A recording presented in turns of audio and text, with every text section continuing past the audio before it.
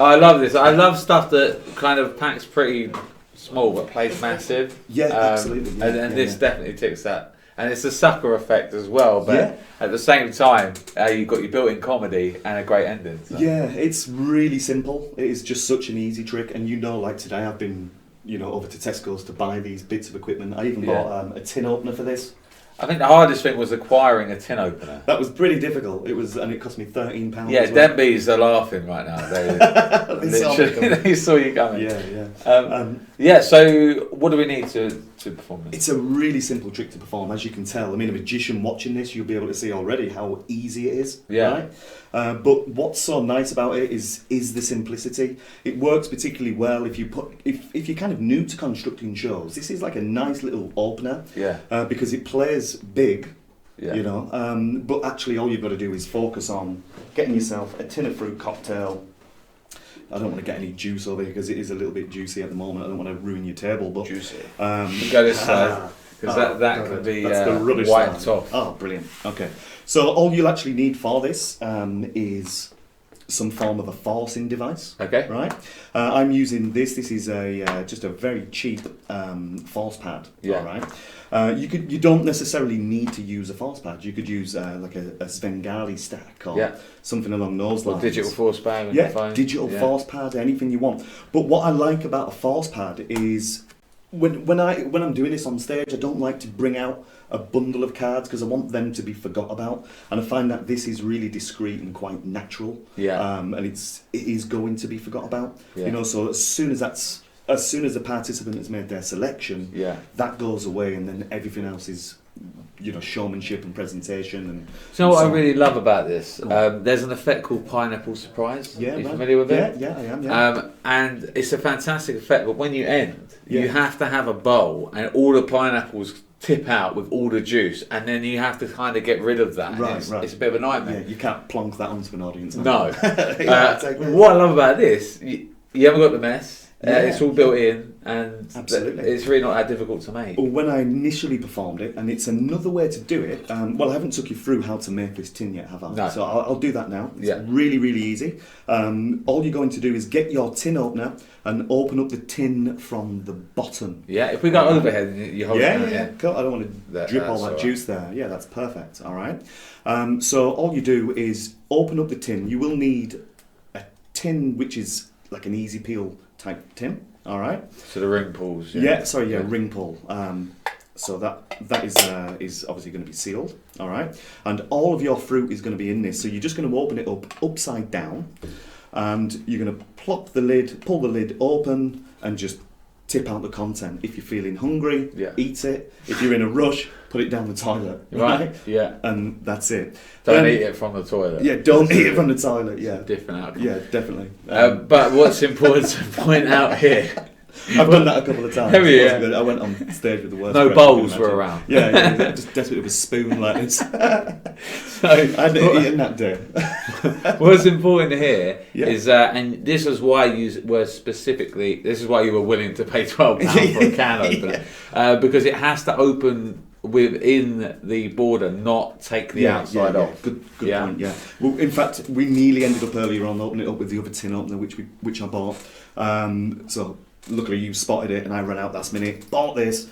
So you are going to be opening it, as Dave says, from the inside. Right? I use some gaffer tape, and the gaffer tape is just really, really simple. I'm going to take it out just to show you how to apply it. Well, I'll end up cutting my whole hand now. I have to call an ambulance. Yeah, push it out. Oh yeah, brilliant. Oh, look at you, health and safety, crazy. That's why I'm here. We did have an ambulance thing across the road. Yeah, they're literally across the road. Oh, is it really? Right, okay, So, cool. Are they on standby? Dig in, yeah.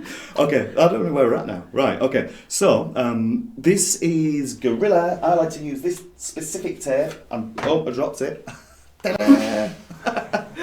This is a specific tape that I like to use, right? This is like a nice thin Gorilla tape. It's not very good in the cold because it goes a little bit too brittle, but generally it will work. So you open up the tin from there, pour that down the toilet as we've already said, eat it with a spoon, get rid of it, and then all you're going to do is get your pear and you're going to put it on in, but make sure it's pointing down like this, and then push that in and seal it back up. And that will give you what looks just like a tin of fruit cocktail. I mean, you could kind of come up with some other kind of way to, stick this down, but nobody gets to see the bottom of the tin when you're performing, so there's no point. In fact, to be honest, I rarely use this. I will usually just push that up, and that will do the job, and I keep my fingers underneath it like this. When I pull it out of the bag. And for me, that's enough, you know. But you can go that extra step and go that extra mile and get yourself some Gorilla Tape. And I know that there was a product on the market which I know a lot of people got, which was the watching baked beans or the thing, the baked beans. Right, okay. And that come with a bottom that you could slide in and all that. But I don't think you need it. I think even without the tape, no one's seeing underneath. Oh, yeah. Unless you're in cabaret and you're on a raised stage, you have to kind of be a bit, I guess, angle sensitive. But. And the way that I used to actually perform this was I would open it up and I'd have a pint glass or a glass bowl and I would actually pour out a tin of pear. Right. But it didn't have that instant kind of recognition. And I think to pull an actual pear out of a tin it's great. Just looks a little bit unusual. Yeah, and it's cleaner. And exactly. when you're working, you want that quick getaway afterwards as well. Yeah. Definitely. And when I perform this, I tried when I performed it then to give you a little idea of it. I like to leave it down and treat it like that's it. Yeah. You know, and I leave that there. And I want the audience to think that it was just a joke, it was a gag, and that's it, you know, and it genuinely gets a really good laugh, you know, like you present this as, and you're thinking of this, right, but it's a tin of fruit cocktail, it's got to be fruit in there somewhere, right? And that gets a great laugh. And if you leave it at that, because you've had a good laugh and a good response from the audience with just that in itself is enough to just leave it for now. Yeah. And then hang on, I'm sorry I couldn't let you go and sit down without actually doing some magic. That's what I'm here to do. So, snap your fingers over it, open it up, or just open it up and pull the pear out, you know. Yeah. And that's it. And the ring pull is the selling point here, because obviously that is the moment in their mind that you are opening this sealed can. Yeah. So you don't need to give this whole, and look, it's sealed from both sides. Yeah, so, I think it's perfect, man. It's great. Yeah. And it's so simple. It's so simple, Very quickly, just to the pad then, for those who aren't familiar with a forcing pad. Do you want to just take us through it? Yeah, absolutely. So the pad is designed with a Svengali principle built into it. Yeah. There are a few companies who have released versions of this. You've got Sven pad, you've got the Force pad and various versions. But this is, you flick it one way and you can show everything is different. I'm not sure if you're getting that on there. Yeah. Okay, that's lime nice. and orange. Ignore my terrible handwriting. So you've written all these on every other page? I've written the different fruit. The way that I set this up is just by giving it a little flick, and then I write down one of the pieces of fruit. Then I give it another little flick, and I write down the next one. And then when you flick the other way, you get all the same thing, right? So this is set up to false pear. Great. Right? So what I would do is bring this out and I show it to the audience that, you know, you've got all these choices of different fruits. I would usually go through, like, each piece of fruit and not each individual one, but, you know, for example, we've got apples and we've got satsuma, we've got lychee, we've got orange, blah, blah, blah, and talk a little bit. I've even put, like, some funny things in there, just like chocolate. And chocolate and, you know, just daft little things. It's one of my 5 a day. Yeah, right, yeah exactly. And then I hand it over to you now, and I instruct you to just lift up at any one of the pages. So now you're going to be lifting up always to pear. Yeah, great. Right? So now I just take that off you, say, lock that in mind, and get rid of it. Once it's gone, that's it, it's gone, you know. And you draw no more attention to the fact that you've been using this pad. And because you're going through all of this comedy, you know, I'm going to now try and reveal it. So you're thinking of this piece of fruit, and I'm right in saying it's quite a bright coloured. In fact, the guy who just helped me, I was hoping that he would have said no, but he said yes. Yeah. But a pear isn't really brightly coloured, so he's sorting stuff out now. It can be yellow. It can be yellow. Yeah, you're right. Actually, I should have maybe picked a different colour like red. I love it. I love spent pads as well. I know people say, well, why would you write it down if you just wanted to?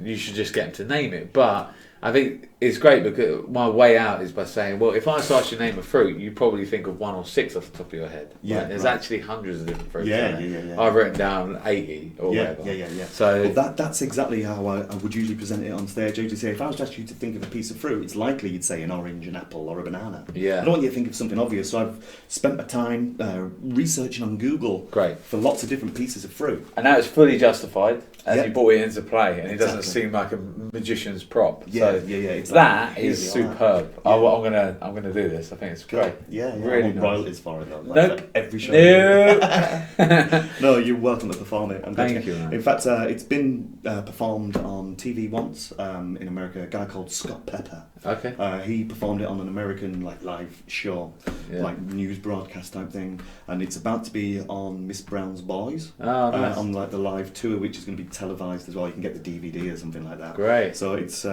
is a good routine. In fact, Yeah. it's going to be an actor who's performing the routine, and he's going to be going up on stage and presenting it. And Right. So it does what I'm trying to say, I guess, is that it kind of resonates with It works. yeah. Yeah. the world of real people. Yeah. Yeah.